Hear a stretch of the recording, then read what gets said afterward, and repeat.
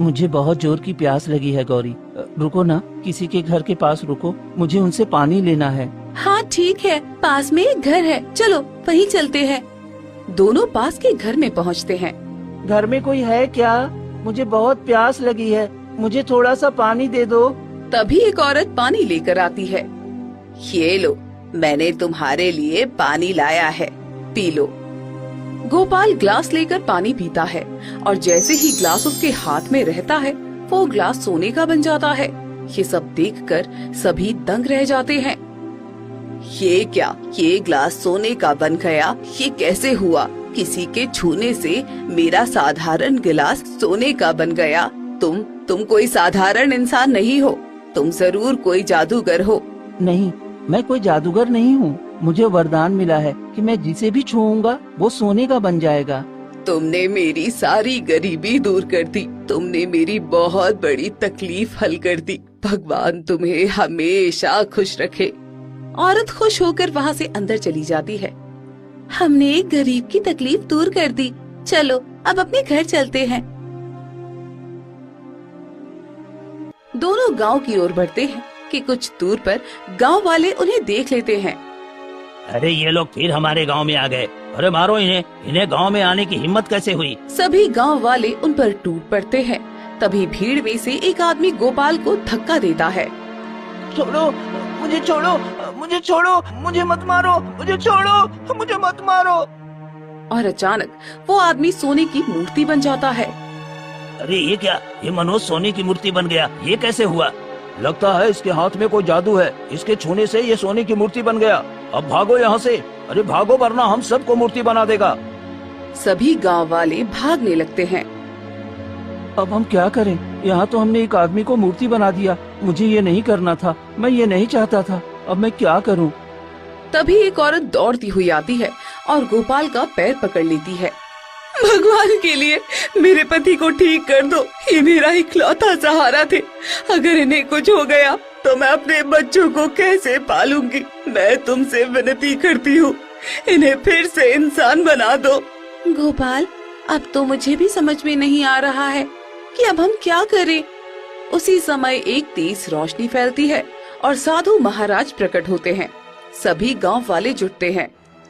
तुम सबको जरा भी शर्म नहीं आती? एक मासूम इंसान के साथ ऐसा व्यवहार करते हुए, क्या यही तुम्हारा धर्म है? महाराज, हमें माफ कर दीजिए, हमसे गलती हो गई, पर इसने तो एक इंसान को सोने की मूर्ति बना दिया। अब बताइए, ये फिर से इंसान कैसे बनेगा? जब ये साफ हो गया है कि इसके हाथ में जादू है, तो हम इसके साथ गांव में कैसे रहें? साधु महाराज, आप यहाँ? हाँ बेटा, मैं यहाँ हूँ। तुमने मेरी मदद की थी, तो भला मैं तुम्हें कैसे अकेला छोड़ सकता था? मुझे माफ कर दीजिए महाराज, मुझे क्या पता था कि मेरा ये वरदान अब शाप में बदल जाएगा। मुझे दिखाई नहीं देता था, इसलिए गलती से मैंने उस व्यक्ति के सिर पर हाथ रख दिया और वो सोने की मूर्ति बन गया। कृपया इसे फिर से इंसान बना दीजिए। मैं ये नहीं चाहता कि मेरी वजह से कोई परेशान हो। बेटा, तुमने मेरी जान बचाई थी। तुम्हारे पिता के कर्म और तुम्हारी सच्चाई ने तुम्हें इस वरदान का अधिकारी बनाया है। गांव वाले तुम्हें अपशगुन कहते थे क्योंकि उन्हें तुम्हारी सच्चाई नहीं दिखी, लेकिन अब मैं तुम्हें एक और वरदान देता हूँ। तुम्हारी आंखें इसी क्षण ठीक हो जाएंगी। तभी एक तेज रोशनी फैलती है और गोपाल की आंखों की रोशनी वापस आ जाती है। ये क्या है? मैं देख सकता हूँ साधु महाराज, मैं सच में देख सकता हूँ। ये कैसा चमत्कार हुआ? अब तो मुझे सब नजर आ रहा है। अब मैं इस दुनिया को देख सकता हूँ। हाँ, मैं इस दुनिया को देख सकता हूँ। ये तुम्हारी सच्चाई और दया का फल है बेटा। अब तू हमेशा देख सकेगा। और याद रख, ये जो सोने का वरदान है ये तेरा है, पर इसका उपयोग केवल जरूरतमंदों की मदद के लिए करना। जब तू अपने हाथों से किसी की सच्चे मन से मदद करेगा तो तेरा वरदान सच्चा फल देगा। मैं वादा करता हूँ महाराज, मैं इस वरदान का उपयोग सिर्फ भलाई के लिए ही करूँगा। मैं किसी को नुकसान नहीं पहुँचाऊंगा। तभी एक तेज प्रकाश फैलता है और साधु महाराज धीरे धीरे गायब भी हो जाते हैं। गोपाल, हमें माफ कर दो। हमने तुम्हें क्या क्या नहीं कहा, लेकिन तुम तो सच्चे दिल वाले हो। तुम्हारा वरदान तो भगवान का आशीर्वाद है। गोपाल धीरे से उस व्यक्ति की मूर्ति को छूता है जो सोने में बदल गया था। पल भर में वो फिर से इंसान बन जाता है। अरे ये तो फिर से जिंदा हो गया। मतलब एक बार छूने से चीजें सोने की बन जाती है और दोबारा छूने से फिर वैसी ही हो जाती है। हाँ, अब किसी को डरने की जरूरत नहीं है। अब ये वरदान किसी को नुकसान नहीं पहुँचाएगा, बल्कि सबकी भलाई करेगा। गांव वाले भावुक होकर गोपाल के पास आते हैं। बेटा, अब से तू हमारा बेटा है। हमने तुझे बहुत गलत समझा था। आज से तेरी और गौरी की इज्जत पूरे गांव में होगी। देखा गोपाल, माँ का वरदान अब सबके काम आ रहा है।